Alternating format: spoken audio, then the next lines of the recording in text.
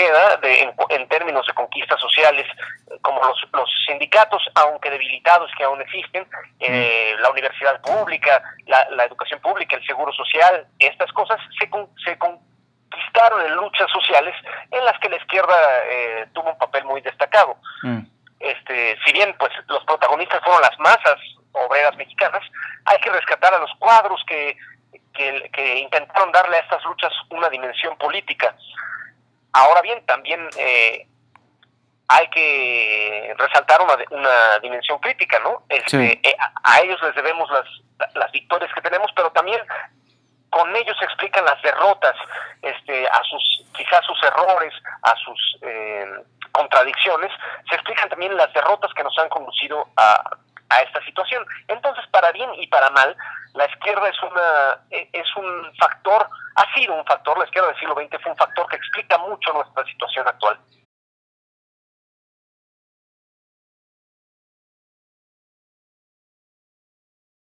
Revolución de Octubre rusa de 1917.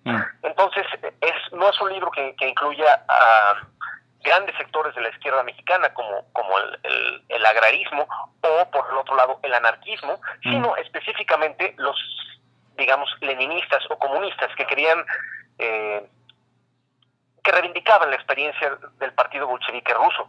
Esto no significa que fuera solo el Partido Comunista Mexicano, si bien es nuestro protagonista colectivo principal. Otras tendencias también reivindicaron esa experiencia, ¿no? Por ejemplo, el trotskismo, que criticaba desde la izquierda la línea estalinista del Partido Comunista Mexicano, o en el otro extremo, el Partido Popular de Vicente Lombardo Toledano, que también reivindicaba la dirección soviética y que no formaba parte del Partido Comunista. Entonces, los militantes básicamente de estas tres tendencias, son quienes componen esta biografía. En cuanto al tiempo, pues también son los influenciados por la Revolución Rusa, es decir, no llega a la segunda mitad del siglo XX, donde los militantes entraron influenciados más bien por la Revolución Cubana, ¿no? O sea, son los militantes que de la primera mitad del siglo XX, es decir, de lo que podríamos llamar la vieja izquierda, que si bien siguieron vivos y activos en la segunda mitad del siglo XX, ya en la primera cumplieron una función política discernible.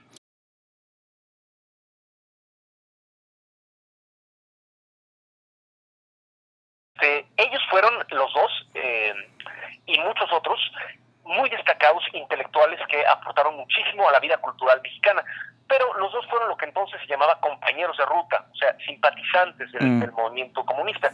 Por mucho que uno busque en sus biografías, no encontrará que cumplieron un puesto al interior del partido. Eran, si ves, por ejemplo, la biografía de Frida Kahlo, ella se casa con Diego Rivera en 1929, precisamente el año en que Diego fue expulsado del Partido Comunista, y muere en 1953, antes de que Rivera sea perdonado y vuelto al Partido Comunista. También sabemos que fue amiga de León Trotsky, pero no militó en el Partido Trotskista mexicano, ¿no?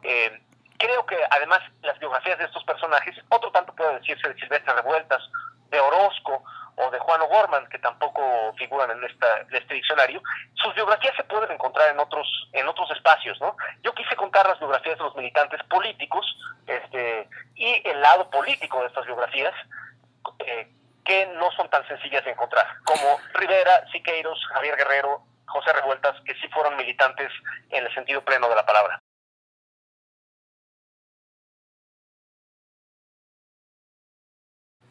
Sí, por ejemplo, José Revueltas evolucionó muchísimo a lo largo de su trayectoria, ¿no? En los años 40, él formó parte de la tendencia de Lombardo Toledano, que apoyaba totalmente al gobierno mexicano, y solo a partir de los años 50 empezó a evolucionar de vuelta a la izquierda, y a convertirse en el crítico feroz del gobierno mexicano, que sería en 1968. Entonces no se puede reivindicar en bloque o admirar en bloque, ¿no? Hay que ver a cuál revuelta se admira, e incluso reconocer el mérito de haber evolucionado.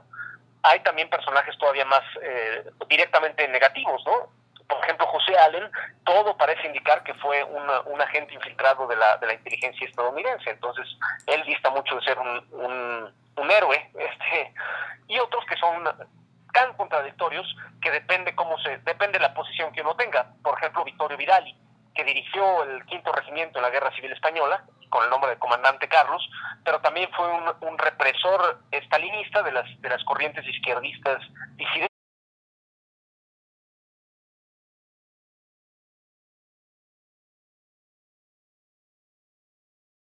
Bueno, desde el punto de vista institucional, el registro del Partido Comunista no se perdió, lo heredó el PRD en los años 90, como dices, o sea, fue el registro que empezó a usar el PRD en los años 90, y ese mismo registro que tantos comunistas consiguieron a fuerza de cárceles, exilios, persecuciones, hoy está siendo usado para que el PRD se postule al lado del PAN. Entonces, bueno, ironías de la historia. Eso desde el punto de vista institucional. Desde el punto de vista político, hay una miriada de organizaciones que se reivindican comunistas o socialistas en todo México, solo que ocurre que son marginales, pequeñas y atomizadas, ¿no? Entre sí, pero es notable pensar que el Partido Comunista cuando se fundó tenía 12 personas, ¿no? Entonces, yo conozco muchísimas organizaciones de bastante más de 12 personas que se reivindican comunistas actualmente y sin embargo, pues son invisibilizadas por la política electoral que domina, y me parece que es interesante, ¿no?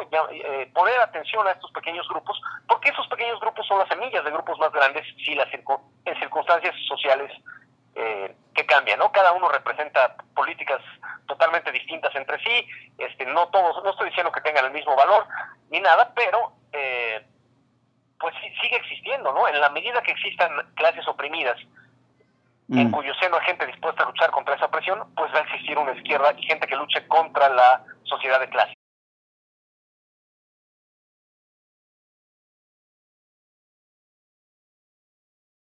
Pues sí, se originó en el maoísmo, tuvo su registro, si no me equivoco, en circunstancias bastante poco claras. Muchos atribuyen a la intervención de Carlos Salinas en la atribución del registro del Partido del Trabajo. Hoy es un partido básicamente electoral, aunque seguramente en sus distintas locales debe tener políticas distintas, ¿no? Entiendo que en Monterrey, por ejemplo, sus militantes fundaron colonias como Tierra y Libertad. Claro, estamos hablando ya de una generación que no es la que aparece en la rojería, sino generaciones posteriores, ¿no? Simplemente su continuidad política puede rastrearse hacia atrás, hacia el movimiento comunista.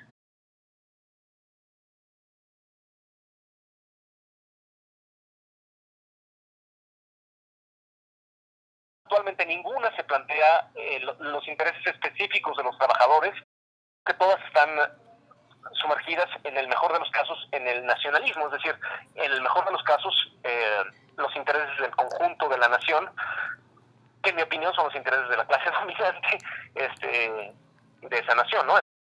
Evidentemente, algunos de los candidatos, en particular Morena y el PRD, tienen la lealtad de grandes sectores del movimiento social, son los dirigentes políticos del movimiento social, y en esa medida son también responsables del estado actual del movimiento social, no tanto como gobernantes o como aspirantes a gobernar, sino sobre todo como dirigentes del movimiento social, ¿no?